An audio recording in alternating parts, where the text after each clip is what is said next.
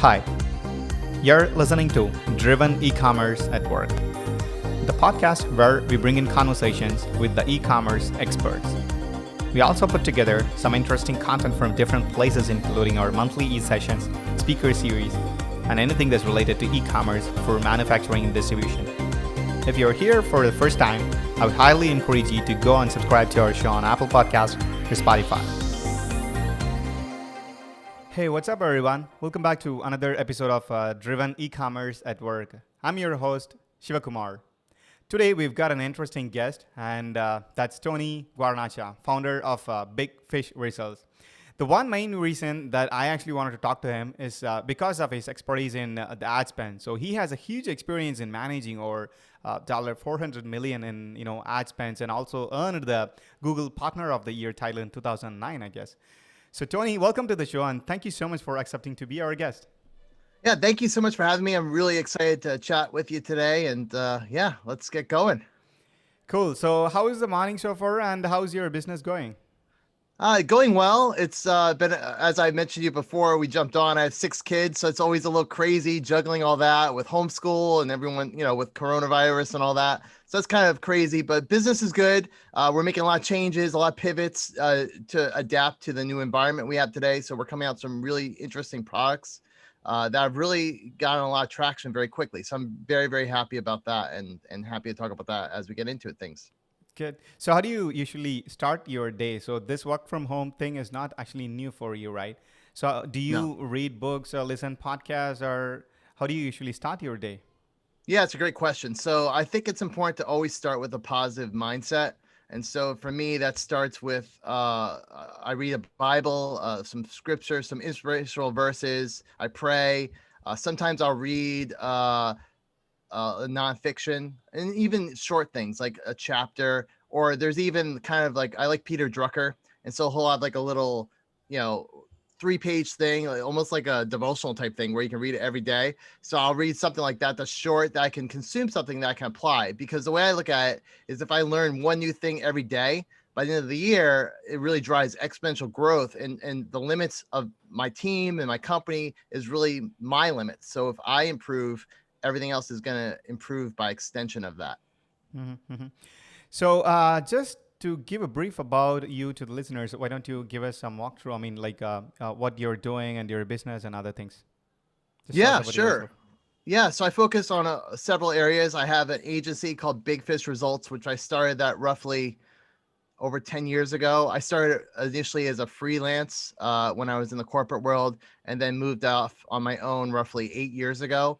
That was kind of what funded everything I was to do afterwards. So I really used the agency as kind of a jumpstart to kind of fund my real initiatives, which was to start a software company, to do training, consulting, and coaching, and really create a framework. I'm really very visual. So I like to create frameworks and strategies and things like that based off of everything I learned. And so that's kind of where I'm going and pursuing now, because that's very much my passion. So you also wrote a book on Big Fish Results. Is that correct? Yes, I had a book initially out of Big Fish, and now I'm focused on launching another book, which is really kind of my seminal work. This has been something I've been working on for really, it's a life effort, honestly. And so I'm teaching a lot of the principles I've learned over the past 20 years of doing digital marketing with 10,000 companies and a whole lot of great companies like Google and ADP and Ford and companies like that. So what I've taken is a lot of what I learned in those worlds that I thought was missing with the small and medium-sized companies. And that book's called Small Steps to Grow Profits. And that's going to be coming out. I originally was going to launch it this fall, but I'm working on a very significant virtual summit. I'm probably going to most likely launch it after that happens. Okay, cool. So I'll start off with something that's interesting. So like I said, I think we can go over the Google AdWords. That's been a great topic forever. So should an e-commerce business rely only on the Google AdWords? I mean, for starters, what other content marketing strategy they'll have to follow, to rank better in the Google, and at the same time, you'll still grow organically over a period of time, right? Yeah, so I think you should always have a diversified strategy. You don't want to put all your eggs in the one proverbial basket. Reason being is, Google changes its algorithm. If Facebook changes, if AdWords ad costs go up dramatically overnight, which has happened to me in different niches before, then that really puts your business at risk. And so, as difficult as it can be, you want to have a variety of different channels that you can rely on. Okay. Okay. So, what are some of the red flags that can signal that business is actually in trouble? Yeah. So, particularly in times like this, you really want to be keeping an eye on two things. One, your profitability. So, how much money you have coming through. That's profit, which is really the difference between your costs and all the costs associated with delivering the product, whether that's a fixed cost, which is kind of something that's always going to be there, like your warehouse or things like that, and also your variable costs, which are really the cost of the product, things that change. So you always want to get a handle on what is your profit margin on each product. But at the end of the day, the key thing is your profitability, like how much is available after everything is said and done. That's the first thing. So how much, and then when. And when is a lot of times what businesses will miss. So they might say, hey, we're profitable, but especially in the B2B space, you might not have the cash coming in for months at a time. If you're an agency, you know, if you're haven't been around in a while, a lot of agencies will bill after the fact. They'll deliver the website, they'll do the work, and then they'll bill, and then they're chasing the clients. What I always did, and what I learned from working with great companies, is you collect your cash up front. So before I do anything, whether it's consulting, a website, anything, I get paid in advance. And so that really helps control your cash flow. But no matter what scenario you're in, whether you're agency, manufacturer, B2B, or even consumer, you always want to make sure you're getting the cash as quickly as possible. And those are really two drivers. So when is it coming in and how much of it? And really keeping an eye on that is important, because if you're starting to see either one of those become a problem, you're getting paid later and later from your customers, your clients, or you're not getting as much, you have to look at reducing your costs, which unfortunately you're seeing so many companies do right now. But those are really the key ones I would look at in this environment. Hmm. Good. So you helped thousands of businesses survive crisis. For many businesses, this is definitely a rough time across the world, right? So if you've gotta give them at least like 2 or 3 tips to grow, so what would it would be? Yeah, it's a great question. So I have focused on building, one of the things that goes in that book I mentioned before, Small Steps to Grow Profits, is one of the frameworks I created, which is called the results loop. And the results loop looks at the 6 factors that drive growth across any industry, any company, any stage in any situation, whether it's crisis or they're looking to scale.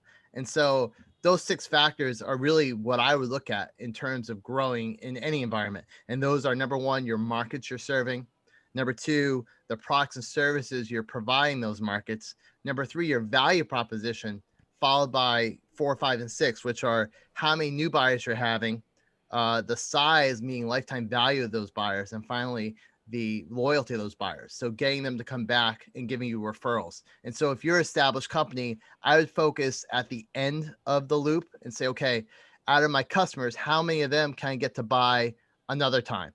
If Hmm. every customer bought twice, theoretically, you could double your revenue just by doing that, right? Or can they give you a referral? So the lowest hanging fruit, if you're a established company, is usually at the end of the loop. So starting with loyalty and then going into lifetime value, and lifetime value is saying, can I sell them more? If like McDonald's, you go in and they supersize it. So can you get a higher value from each order and ultimately the lifetime of that customer? So getting them to buy more and more frequently, larger purchases, etc. If you're a newer business and you're still trying to get your footing, or if you find yourself in a position where you have to pivot, you have to adapt and go into a new market, then you want to start the beginning of the loop and you want to say, okay, am I serving the right market for where things are today? And more importantly, where things are going? So do I have to change something there? Should I go up market and target a higher end market because they have more money? Should I go down market and kind of splinter my product off and sell a smaller aspect of it at a lower price point? So you have to make those kind of decisions, which then naturally goes into factor two, which is your products and services. So your market and your products and services are very much tied together, because your pricing comes into account, the geographic targets your targeting comes into play. All that is playing off of each other, the markets and the offerings. Hmm. Hmm. So, I mean, when we talk about marketing, one interesting thing that I always have in mind is the categories, and I'm not sure how every companies is actually treating this. Sometimes it can be overkill as well. So what's your take on the category creation? I mean, do you believe in competing with businesses on the same category, or should we create one where will be an early adopter? Yeah, that's an interesting question. So the way I look at it is more from a value perspective. So there's you always want to look at, can I provide value to the market? That should be the guiding force, irregardless of competition. So to look at that, you want to answer the question, how am I going to serve the market in a way that's unique? And so, if you're looking at a very competitive market, then yes, a lot of times you have to go in from a different perspective and get a smaller splinter of that category. So the best thing to do, regardless, is to create your own category. So how do you do that? Well, this goes back to the loop. So for instance, if you're in an area, so say you're selling e-commerce, say you're Magento, right? You could say, yes, I'm Magento. That's a category. But then all of a sudden you could take your markets and your offerings and create something entirely new and say, look at, we're the only Magento agency for, this particular niche, or we only do Magento, in this time frame. We can build a Magento site in 24 hours, as opposed to. So in other words, your guiding force is what's missing in the market, your values. So you always want to be a category of one if possible, and it's a matter of reframing what that is. But it all starts with the value, and value at the end of the day is an exchange. And so at the most fundamental level of value, there's an exchange of money for a result. And so always start there and say, what's the end result that my target, my audience, my market, my buyers is looking for? And that will be the guiding force of how you go in. And then from there, you can say, okay, once you're established, how do I expand my market share? Which is really looking at that category. So when you're a category, you want to say, how do I dominate that market share? So if there's already a player in there that's got 99% of the market, do I create a new market, a new category? Or if it's a smaller, more segmented market, so say it's dry cleaners. There's a million dry cleaners in the world, and they're all very fragmented. Can I go in and be a category killer? So really is starting there, but regardless, start with value. That's really the key thing, is the value you're delivering to the market you're serving. Good. So I'll just jump back to the B2B distribution and then the e-commerce, especially, this is the time for every company to handle, the employee side of things. So one thing that opened up is we're actually ready to hire from the current non-location as well. So let's say if we're based out of California, earlier we'll have to stick with California, but because of the current situation, we're actually open to hire even from non-USA as well. So that's the same thing that's been working for us in India as well. So if a B2B distributor is making his or her first hire for the marketing team right now, so what would be the next two hires would look like when this person comes in, and what kind of metrics do they have to measure at least within the next 3 or 6 months? Yeah. So what I would look at is really it's a matrix basically. You want to say, okay, how strategically important is this role, and do I have the in-house capability today? And that will leave you with really four different outcomes. The first one would be, okay, they're not strategically important, and I don't have the in-house capability. In that situation, you want to outsource. If they're strategically important and you have the in-house capability, then you have to reassess the importance. If it's strategically important, but you have in-house capability, then maybe you invest more. So that's the first thing, is saying, basically, to kind of distill that and make it simple. Do I have the resources in-house? If there's someone that can do it for me, and if it's important, and I need to do it continually, do I hire that person? So as an example, because examples make this clear, if this is something very important, but I don't have in-house capabilities, but maybe I just have to do it once, what would be an example of that? Well, a website, right? If you're going to build a website, maybe you get a third party to build it for you, because you don't want to build that in-house, because that's going to effectively be more expensive. But if this is something you have to do continually, so for instance, say you need to continually create blog content, and you have to do it every single week in social media content, maybe that's something you want to bring in house if you don't have it. And so that's the first thing you want to say, is this strategically important? And is this an in-house capability? And should it be? Really, that's the thing you want to think about. Should it be on either one of those? Once you have that defined, when it comes down to marketing, there's really four different roles. The first one is the planning and strategy. And that's usually the owner of the company, the manager, director. So I'm assuming that whoever is hiring this role has that responsibility.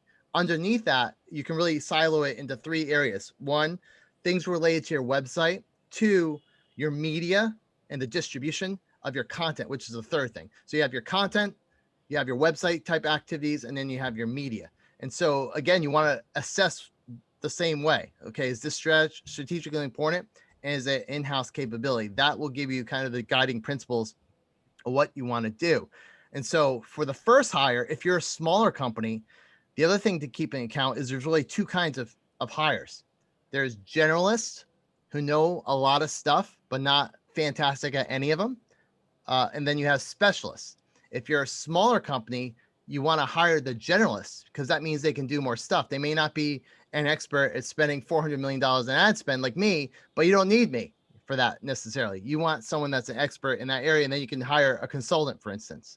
Um, and so where I would start if I'm doing the first three hires is get a generalist that can do a bunch of things and then focus on training that person.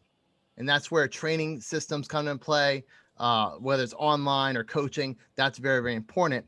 And that way you can hire the right person and really focus on are they a cultural fit? Do they have the right behavioral patterns? Because all this stuff can ultimately be taught. That's not as critical. You want to have the right synergy with your team and the right capability on their part so they actually can learn it. And what does that mean? Well, are they analytical? If they're analytical, don't give them creative stuff. Maybe that's the person that's looking at the stats. If they're creative, don't necessarily put them in the data area. And so there's a lot of things to take into account with this, which is why I'm taking a little time to explain it. It can be a little complicated, but that's the principles is A, do you need them or not? Do I outsource to do it in-house? Two, is it going to fill content, website, or media? And then three, how do I find the right person? I would look at their culture fit, their behavior, and their mindset. And then the skills are kind of the last criteria because that can be taught. Good. So I'm glad you talked about the agency thing. So I actually wanted to give them a little brief answer as well. So let's say they're ready to hire the agency, like you said, strategically, whether it's important for the in-house or do we really want to have an agency to handle this.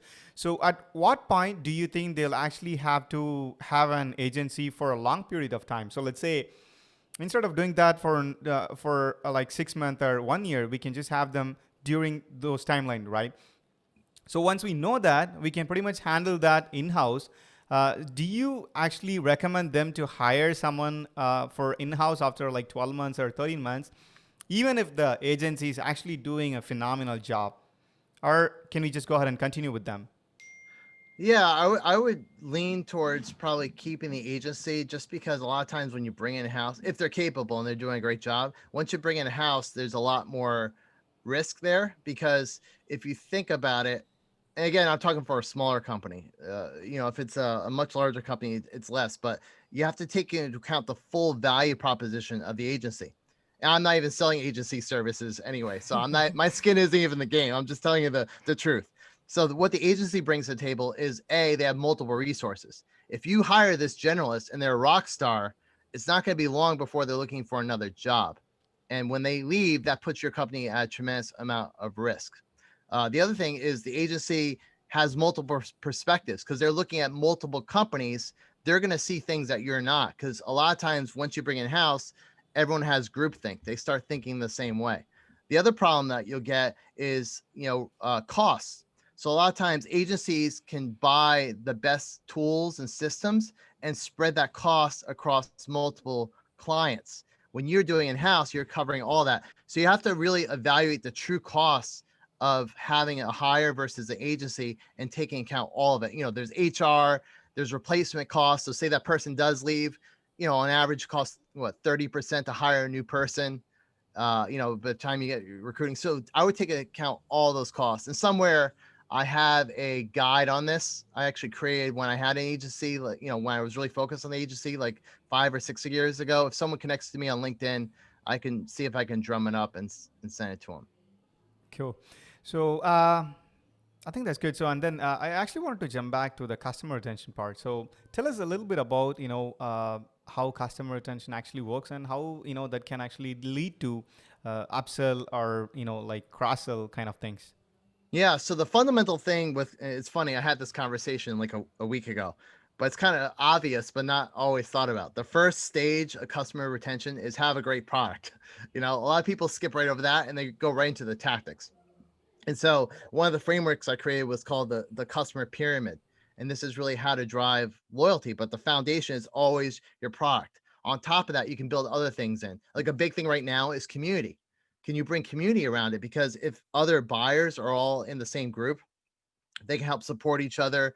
It gives more retention hooks because, statistically, if someone else, if you have a friend in the community, for instance, just like if you have a friend at work, you're less likely to leave that environment. So more and more that you can bring into that, the more powerful your business becomes. Good. And like you said, I think one of the thing that distributors or the e-commerce store owners are not considering is building a community. They think that it's not going to work so maybe on a short term or uh, pretty much they were not sure like what kind of metrics we can actually take it from there. Like building a community, what's gonna bring in the kind of value that's gonna bring in the next 6 months or 12 months or even after like 2-3 years. How can we actually measure that? Do you have any sort of like one or two metrics over there? Yeah, well, the first thing you want to look at is your retention metrics. So, kind of a fancy word is churn. What's your churn rate? So if you have, 100 customers and every year, 10 leave, what's that metric? You should be looking at that and trending it over time. Is that number going up? We talked about before red flags. That's another fantastic red flag. So if you're looking at it and you particularly have a strong conversion rate, or I'm sorry, not conversion rate, but churn rate, and you're seeing that number trend up or down, whichever direction, you want to be aware of that. So churn rate is certainly one. And also looking at that churn rate in terms of revenue. So you might be losing certain customers, but if the segment of customers you're losing is a low value, it may not be as concerning. But if you're losing your top customers, that should definitely be a red flag. So it's not just looking at your churn rate as a general metric, but taking it to the next level and say, looking at it in terms of the impact on revenue and the segments within your revenue base. So you need to know your customer base, and all this can be tracked in systems like a CRM. Some of it in analytics, Google Analytics, things like that are very, very important to be looking at a dashboard on a regular basis to say, okay, are the numbers going in the right direction or not? And then what do you do about it? Having an action plan. When, when I was in the corporate world, we would have, dozens of people in a room with a spreadsheet, 30 tabs, across the board, and spending a lot of time discussing this and doing contingencies. If this happens, what are we going to do? If this happens, what are we going to do?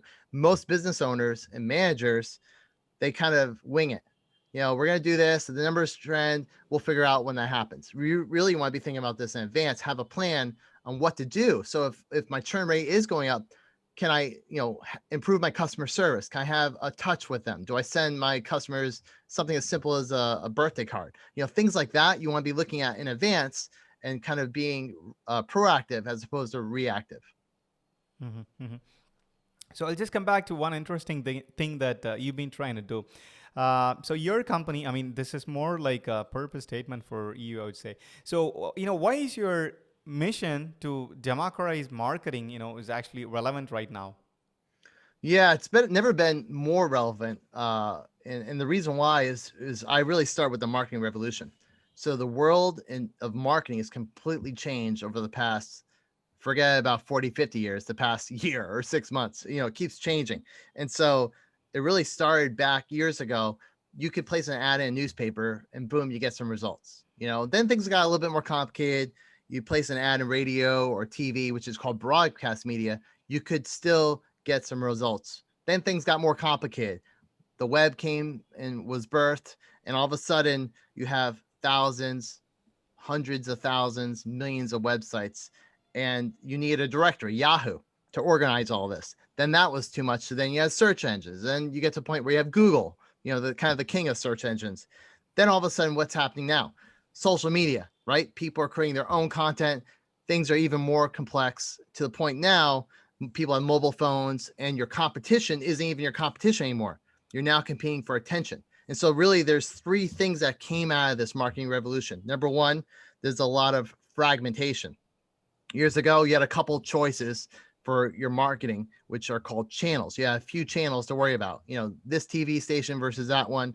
Now you have thousands of options. So the first hurdle, the first mountain is which one do I choose?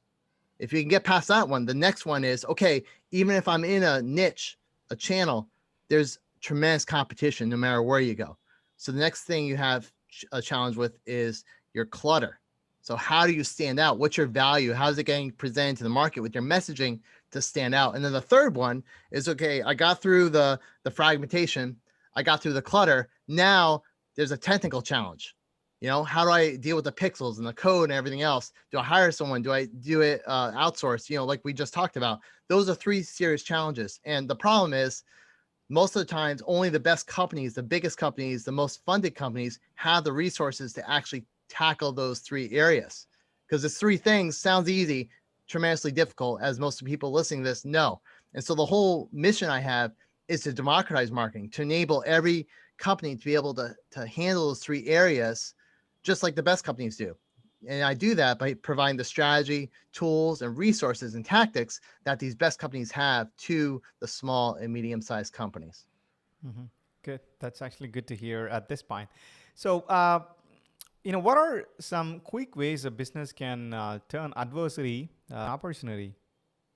Yeah, so I think this goes and hits on what we talked about before regarding a pivot. And so myself, what I found with my agency is we happen to have a lot of clients in events and travel and weddings and things like that, pretty much the worst industries you can be in right now. And so I pivoted part of my agency to really focus on serving, of all things, it's kind of funny, podcasts. So I created a whole division that provides tools and resources for podcasting specifically, things like planners and software as service, systems for designing, cover art and things like that. So I pivoted that whole area. And the reason why is because it's easier to ride a wave that's already kind of unleashed as opposed to creating your own. And so if you're not getting traction in a certain area, find a wave to ride. So for instance, I rode the wave of SEO 20 years ago. Then I rode the wave of AdWords because that was really hitting. Then guess what? Social media was hot. So what's the new thing that's really hot that you can position yourself to be in front of? Because even if you're not a great business person, if you're in the right industry, you're going to grow just by virtue of the industry growing. So it really takes a lot of risk off the table for you in terms of execution, because there's a lot more leeway when you do that. When you try to go into an area that's already established, or that, God forbid, is in decline, you're really battling uphill, and it's really not a good thing to do. So you want to adapt. How do you adapt? This is where the results loop comes into play.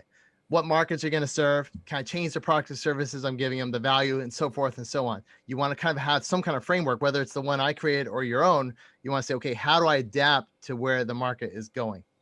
Mm-hmm, mm-hmm. Okay. So before we wrap this up, I just want to touch upon one quick question. Because this is something I actually see a big difference between B2B and B2C. So how to turn a customer into an advocate, especially what B2B companies are actually missing here, and what they can just go ahead and implement it from a B2C company. Yeah. So one of the things I created was a framework for customer advocacy. And so what you want to understand is there's levels of advocacy. So just like there's levels to sales and marketing, like a funnel, people call it a funnel. There's different levels. You want to go right to a sale necessarily. You want to start off with maybe a content strategy or maybe engagement. The same thing comes into play with your actual customers and clients. So do you go right and ask someone for a referral? Sometimes it does work, but a lot of times you can work people up to that. So, can they give you a rating or review? Can they give you a testimony? Working up the different levels. And what's particularly important in B2B as opposed to consumer, although it can be used very effectively in consumer, B2B skews much more towards having stories with case studies. So, along the paradigm, you're really, a great thing to do is get someone to endorse you first. Once they endorse you, it actually does two things. A, it gives you content to work with, but also helps their own retention, because when someone speaks that they endorse you and they like you, they're less likely to kind of go against their own word and leave. So that helps the loyalty, but ultimately that also sets you up for a referral, because once they say they love you, then you go back to them and say, okay, can I get a rating or review? Great. Can I now get a testimonial? And then so forth and so on, to the point where you're saying, okay, great. Can I now have a case study? You get the case study. All of a sudden, what are they going to want to do? They're going to share that with their own audience potentially, because it could help them. Or you get the permission and you use that as a means to get the referrals. So in other words, instead of going right to the referral, I advocate to kind of start with micro commitments, getting them work their way up and using that content strategy on your behalf, because it's powerful to get a referral from a customer. It's even more powerful when they give you a referral, and attached to that referral is a case study with them in it, their story with you tied to it. Good. Perfect, Tony. So tell us a little bit about your upcoming book, Small Steps to Grow Profits. So what you actually covered in that book, and what you actually want the listeners to, um, gain from that. Yeah. So Small Steps to Grow Profits is very much a passion project of mine. It kind of looks at how to have success in the midst of adversity, which is really important, especially in this environment. Because I originally had this book coming out the beginning of this year, and I completely pivoted. Speaking of pivot, I pivoted from talking about scaling a company to talking about how to overcome adversity. And the story I added was really my mother's story. So my mother grew up in a time very much like we had today. She grew up during essentially a pandemic. She contracted polio at just the age of 9 months old, couldn't walk until she was 14 years old. And so growing up, before all this even happened with Corona, I asked her, how did you actually do that? How did you mentally survive that and really thrive and get to the point where she could wear high heels, which was her vision? And she really told me it took three things, which is where the small steps comes in play. First, she had to know what to do. And so the hospital staff really showed her, kind of the next steps she had to take. For her, it was to work on pottery to gain her muscle movements and nervous system strength there. Then it was to go in the pool and build up more muscular strength. And finally, to a point where she could walk between two poles and take the small steps. So that's kind of where the name Small Steps comes from. And really how that applies to business is the same practice. So to have success, you need to create a flywheel effect. And so there was a seminal book called by Jim Collins, Good to Great. And it talks about how great companies get there. And he talks about the flywheel. So it's where you get momentum and you really get success. Problem is, most businesses never get to that point. They don't get the momentum. They don't get the success. So I asked myself, why is that the case? And really it comes down to three things. Number one, they don't know what steps to take. So they don't have a strategy. They don't have a plan. Secondly, they don't know how to take those steps. So they might know their strategy for that would work for them is to do SEO and social media, but then they don't actually know how to execute on that. So that's the second problem, is how to do it. And then finally, the third one is actually doing it. So if I was to make if I said I need to have a birthday party, right? I know strategically what I need to do. I need to have, I need to get the candles. I need the cake. Great. I'm going to make a cake. Now I need to know how to make a cake. I might know you put, eggs in it and butter, but like, how does that all go together? That's why I need to know how. And then the third step is I actually have to make the cake. Same thing in business. You have to have the how, the what, or really the what, the how, and the action. And so my whole book is about how do you do that in a way that you'll get what I call results flywheel. So actually not just get a flywheel like Colin's talking about, but a flywheel effect that actually drives momentum in your business and gets you to your goal. Great. And I'm actually excited to buy your book. So where do you want the Thank you. listeners to go? Give some links. Yeah. So the good news is, even though the book's not out yet, I took a lot of the best parts of the book out and put it in a manifesto that I give away completely for free. Free meaning there's not even a form there, because I really want people to consume this information, because I think it'll make a difference in people's lives. And if anyone wants to download that, they just go to the website smallstepsmanifesto.com. You download it, you get the information. Again, it's completely free, not even asking for your contact information.